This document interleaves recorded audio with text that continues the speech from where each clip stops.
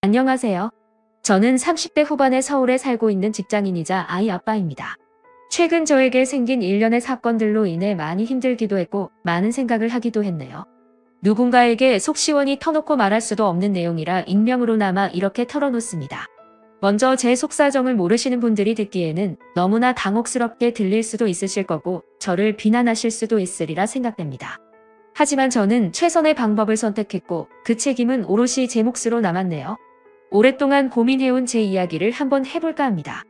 저희 부모님께서는 제가 어릴 때 사고로 돌아가셨습니다. 이후 조부모님이 저를 돌봐주시기는 했지만 어릴 때부터 부모님 없이 지내다 보니 가정에 대한 남다른 애착 같은 게 더 있었던 것 같습니다. 막연하게 빨리 가정을 꾸리고 싶다는 생각을 했지만 조부모님까지 돌아가신 이후로 혼자 살아야만 했던 저는 평범한 가정에서 자란 사람들과 달리 주변에 아무런 도움도 받을 수 없었죠. 혼자 살짓고 하는 것부터 힘들었으니까요. 그렇게 살다 보니 내 가정이라는 것에 대한 욕심도 조금씩 내려놓게 되더군요. 그런데 그렇게 어렵게 살아온 제가 몇 년 전에 결혼을 할 수 있었고 얼마 시간이 지나지 않아 예쁜 딸아이의 아빠까지 되었습니다. 세상을 다 가진 기분이었죠. 저와 12살 차이가 나는 아내는 해외여행 중에 처음 만났습니다. 요즘이야 자유여행이 유행이지만 낯선 외국 자유여행이 자신 없었던 저는 여행사의 관광 상품을 통해 여러 명이 같이 여행을 한 것이었는데 그곳에서 만난 그녀는 친구와 함께 왔더군요.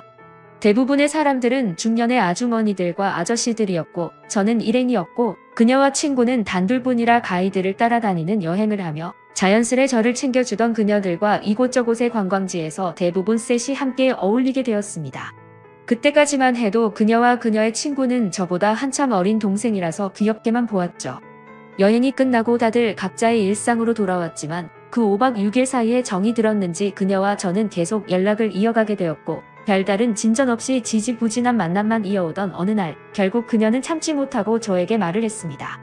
오빠, 이럴 때는 우리 사귀자 하면 되는 거예요. 도대체 썸만 몇 달을 타는 거야? 그렇게 그녀의 고백으로 우리는 연인이 되었죠. 솔직히 말씀드리면 제가 그 이전에는 여자 경험이 별로 없고 오로지 일에만 집중해온 터라 연애에는 쑥맥이었습니다. 하지만 저의 나이답지 않은 소극적인 태도에도 불구하고 그녀는 적극적으로 대시를 했고 저도 그런 그녀에게 매력을 느끼게 되었습니다. 사실 연애를 하면서도 관계의 리드는 그녀가 다 했네요. 어느 장소에 가고 어떤 지역에 있는 맛집을 가고 한복을 입고 고궁에 놀러가는 이벤트를 하는 등 생각도 못해본 데이트를 즐길 수 있었죠. 사실 저는 그냥 따라만 다닌 것 같습니다.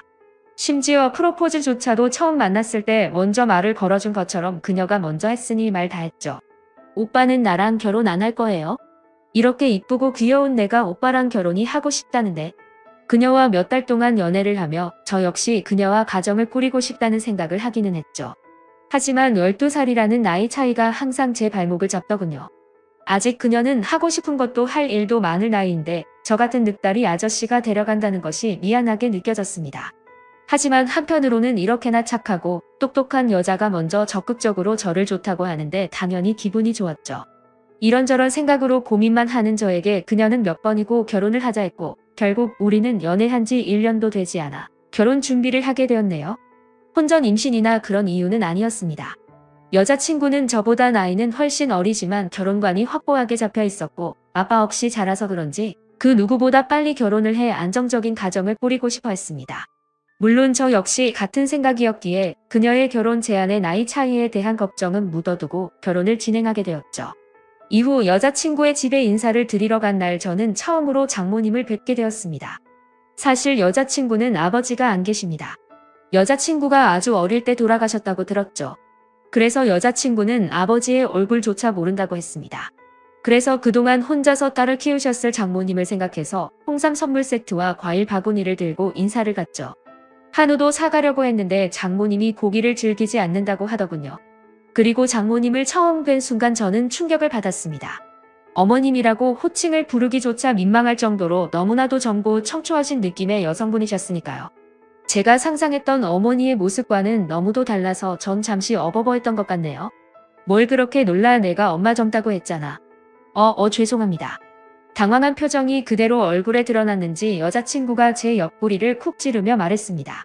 물론 장모님께서는 이른 나이에 여자친구를 낳으셨다는 이야기는 익히 들어 알고는 있었으나 실제로 뵈니 당황스러울 정도로 젊으시더군요. 함께 식사하는 내내 장모님의 나이가 가늠이 안 될 정도였으니까요. 머릿속으로 장모님의 나이를 계산하는데 정신이 팔려 무슨 음식을 어떻게 먹었는지 기억이 안 날 정도입니다. 그날 장모님과의 첫 만남을 마치고 집에 와서 아내와 통화를 했죠. 많이 놀랐어. 솔직히 좀 놀라긴 했지. 말만 들었지 그렇게 젊으실 줄은 상상도 못했어. 사실 엄마가 날 18살에 낳아서 미혼모였고 미리 말하려고 했는데 역시 입이 안 떨어지더라고. 엄마 잘못이 아닌데 아무래도 일반적인 사람들이 보는 시선이 좋진 않으니까. 그날 통화를 하며 알게 된 사실이지만 장모님께서는 고등학교 졸업도 하시기 전에 여자친구를 낳으셨다고 합니다. 그리고 장인어른은 사실은 돌아가신 것이 아니라 아이를 가진 장모님을 버리고 도망가 버린 것이라 하더군요.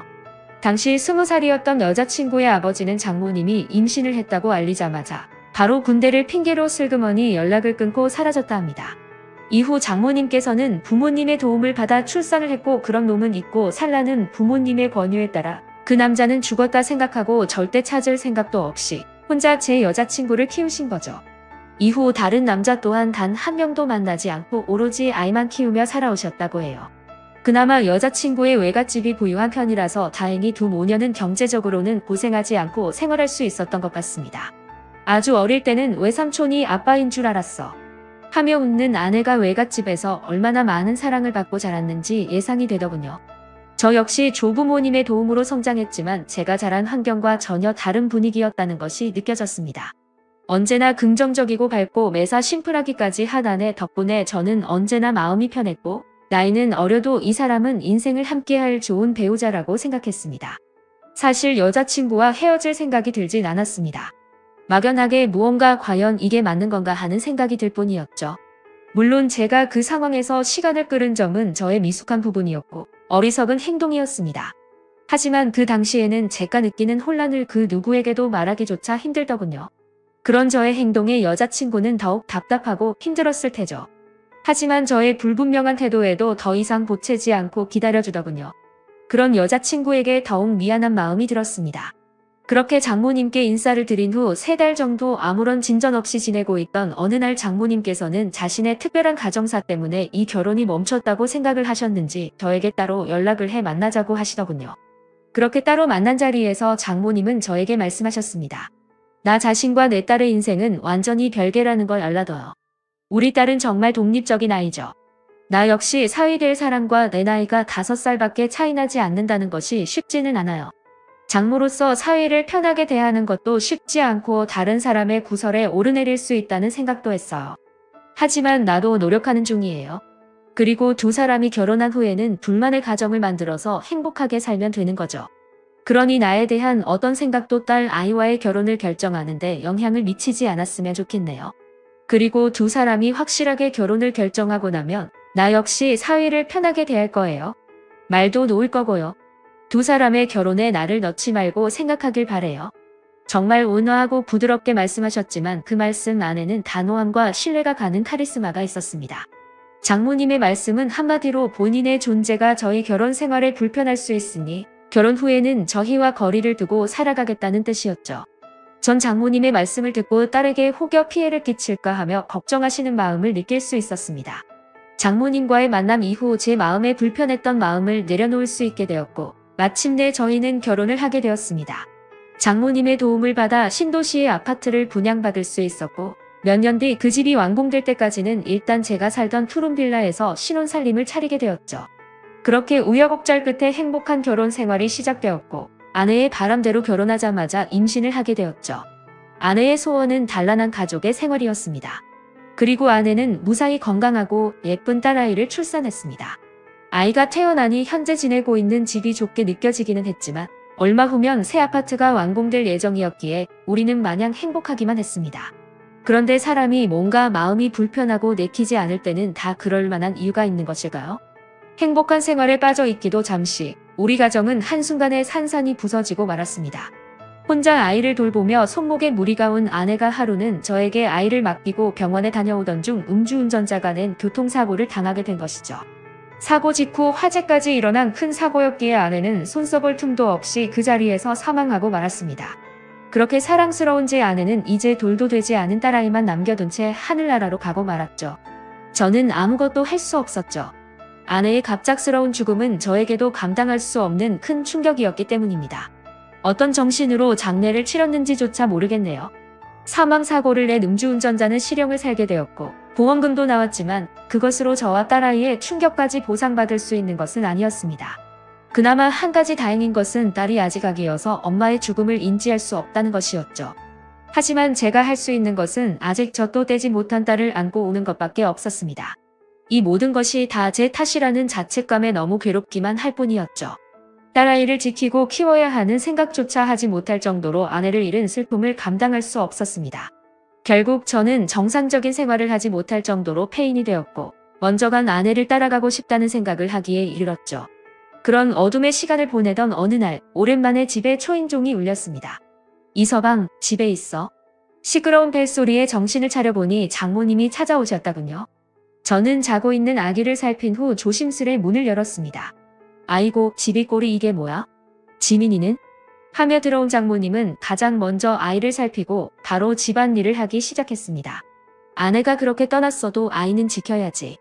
지금 이게 뭐 하는 거야? 회사도 안 간 거야? 어린 지민이 두고 내 딸 따라가기로 마음먹은 거야.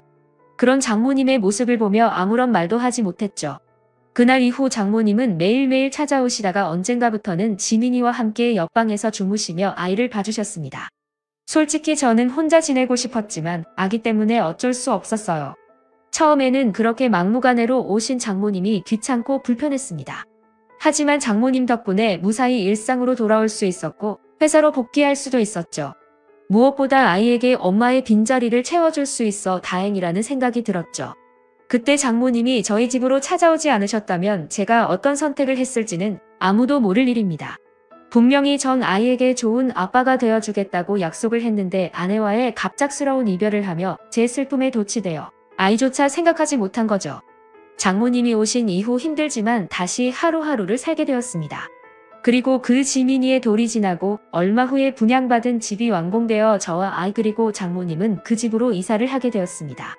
새로운 환경으로 옮기고 한 해 두 해 지나며 아내에 대한 슬픔도 조금씩 잊혀져 가는 듯 했습니다. 장모님께서는 지극정성으로 저희 딸을 키우시며 본인 딸을 잃은 슬픔을 견뎌 나가셨던 것 같습니다. 물론 저에게도 잘해주셨습니다. 아침밥을 항상 챙겨주셨고 퇴근 후 같이 식사할 때도 많았죠. 저 대신 아이를 돌봐주시는 장모님이 힘들지 않도록 집안일에도 신경을 썼습니다. 그리고 주말에는 장모님과 아이를 데리고 놀이공원에 가기도 했고 다른 주말에는 장모님이 쉴 수 있도록 제가 아이를 데리고 놀러 가기도 했죠. 그렇게 지내다 보니 조금씩 장모님에 대한 친근감과 편안함이 더해 망갔습니다. 그리고 저희 딸은 장모님의 보호 아래 무럭무럭 자라서 5살이 되었습니다. 그러던 어느 날 퇴근길에 제가 장모님 드리려고 맛있다는 빵집에 들려 빵을 사다 드렸죠. 이 집 빵이 맛있대요. 좋아하실 것 같아서 사왔어요. 장모님은 한입 베어 드시고는 어머 정말 맛있네. 한번 먹어봐. 하며 너무나 자연스럽게 빵을 잘라 제 입에도 넣어주시는데 받아 먹으면서도 흠칫하는 기분이 들더군요.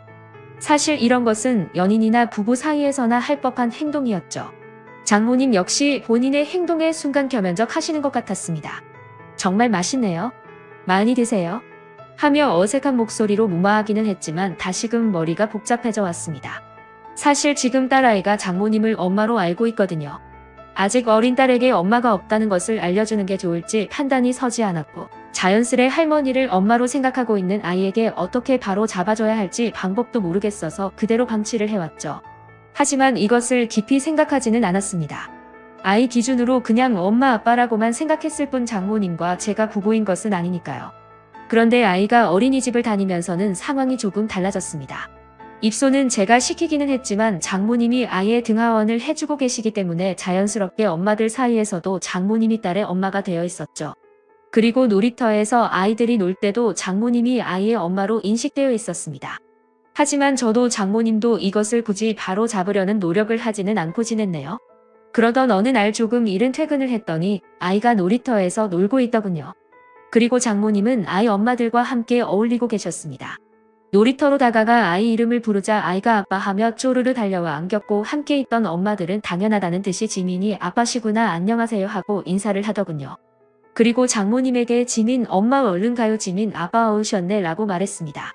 저는 그 대화를 듣고 뜨끔하는 생각이 들었지만 아무렇지 않은 척 조용히 목례를 하고 돌아섰고 장모님 역시 먼저 들어갈게요 하고 저와 아이와 함께 집으로 들어오셨죠. 그날 이후 장모님도 저도 서로 그에 대한 이야기는 한 번도 꺼내지 않았습니다. 하지만 머릿속이 복잡해지는 것은 어쩔 수 없더군요. 사실 이 아파트로 이사한 이후 장모님과 저는 잠자리만 하지 않았지 거의 부부처럼 지내왔습니다. 알고 지내는 이웃 주민들 거의가 저와 장모님을 부부로 생각하고 있다면 말 다 했죠. 저희 장모님께서 나이 많은 어르신 같은 느낌도 아니고 솔직히 제가 친하게 지내는 선배가 저희 장모님과 동갑입니다. 심지어 장모님이 더 어려 보이기까지 하고 성격도 옷 입는 스타일도 훨씬 젊고 세련되었죠. 장모님이 점점 여자로 보이는 것 같아 혼란스러운 기분을 감출 수가 없었습니다. 착하고 여린데다가 아름답게까지 한 장모님이 아니었다면 제가 혼자 어린 피덩이인 딸을 어떻게 키웠을지 상상조차 되지 않습니다. 이 부분은 장모님께 너무나 감사드리죠. 저의 솔직한 심정을 장모님께 말씀드리고 싶다가도 마음이 정말 어쩔 줄 모르겠고 복잡하기만 했습니다. 저의 이런 고민을 장모님께서 어떻게 받아들이실지 알 수가 없었죠. 하지만 저는 결정을 내려야만 했습니다. 어차피 진실은 언젠가 모두 드러나게 되어 있고 딸아이도 언제까지 속일 수는 없는 부분이었죠. 장모님, 잠깐 말씀 좀 나누시죠. 딸아이 옆에서 잘 준비를 하시던 장모님을 불러 거실에서 대화를 하게 되었습니다. 지민이가 장모님을 엄마로 알고 살게 해도 되는 건지 오랫동안 생각을 해봤어요. 나도 그게 걱정이야. 처음에는 그냥 엄마가 없다는 것이 안타까워서 그리 알게 두었지만 지민이가 바깥 활동을 시작하니 사위가 남편이 되어버리네 하며 씁쓸하게 웃으시는 장모님께 죄송한 마음이 들었습니다. 저 때문에 죄송합니다. 이 서방이 죄송할 게 뭐가 있어. 내가 젊은 할머니라서 이렇게 된 것을 한숨을 쉬는 장모님 앞에 아무런 말도 할 수 없었죠. 그러자 장모님이 말을 이었습니다. 예전에 말이야, 내 딸이 제 외삼촌을 아빠로 생각했던 시기가 있었어. 처음엔 아빠가 없는 것이 너무 마음이 아파서 그냥 뒀는데 나중에 아빠가 아니라 외삼촌이라는 것을 알고 얼마나 속상해하던지 미리 말해주지 못한 것이 너무 미안했어. 저는 장모님의 이야기를 듣고 확실하게 결심할 수 있었습니다. 이제 지민이 제가 키울게요. 아이가 더 큰 혼란을 겪지 않으려면 제가 키우는 것이 최선의 방법인 것 같습니다. 사실 아이 핑계를 대기는 했지만 솔직히 말해서 저는 이미 장모님을 여자로 좋아하고 있다는 것을 깨달았죠. 이대로 지내다가는 더 이상 제 감정을 감당할 수 없을 것 같았습니다. 이런 제 마음을 이미 알고 있기라도 하신 듯 장모님이 말을 이었습니다. 세상에는 되는 관계가 있고 안 되는 관계가 있어. 그렇지? 나도 이 서방에게 참 고마운 마음을 가질 수 있을 것 같아. 하늘로 간 딸에게도 손녀에게도 좋은 할머니로 남게 해줘서 정말로 고마워. 정말로. 그렇게 장모님은 저희 집에서 나가셨습니다. 다시 본인이 살던 집으로 돌아가신 거죠. 물론 아이는 갑자기 엄마가 없어진 것을 받아들이지 못했습니다. 한참을 힘들어 하더군요. 저는 그런 나이가 저와의 생활에 적응할 수 있도록 회사에 1년간 육아휴직을 신청했습니다. 그리고 아이를 위해 열심히 노력하고 있죠. 이후 장모님께 간혹 아이 사진과 동영상을 보내드리기는 하지만 아직 찾아뵙지는 않고 있습니다. 장모님이 이 집을 나가시면서 아이가 장모님을 보면 이제 알아볼 수 있으니 제가 재혼해서 제대로 엄마를 인식하기 전까지는 서로 보지 말자고 당부하셨거든요. 물론 저 역시 아직 장모님과 보낸 그 시간이 너무나 그립습니다. 하지만 장모님 말씀대로 저와 장모님은 안 되는 관계이니 이대로 접을 수밖에 없겠죠. 저는 아직은 재혼 생각은 딱히 없네요. 나중에 시간이 지나면 제 생각이 어떻게 바뀔지는 모르겠지만 지금은 딸 아이를 위해 최선을 다하며 살아가 보려 합니다. 제 이야기를 들으신 누군가는 저를 정신 나간 놈이라고 비난할 수도 있다고 생각합니다. 그래서 주변 지인에게 이런 이야기를 털어놓을 수 없는 것이 사실이었죠. 그래도 이렇게 익명으로나마 털어놓을 수 있다니 조금 후련한 기분도 드네요. 저의 조금은 부끄러운 심정을 담은 이야기를 읽어주신 분들 여러분의 가정에 행복 많이 가득하시고 좋은 추억 많이 만드시길 기원합니다. 지금까지 제 이야기를 들어주셔서 고맙습니다. 네, 오늘 사연은 여기까지입니다.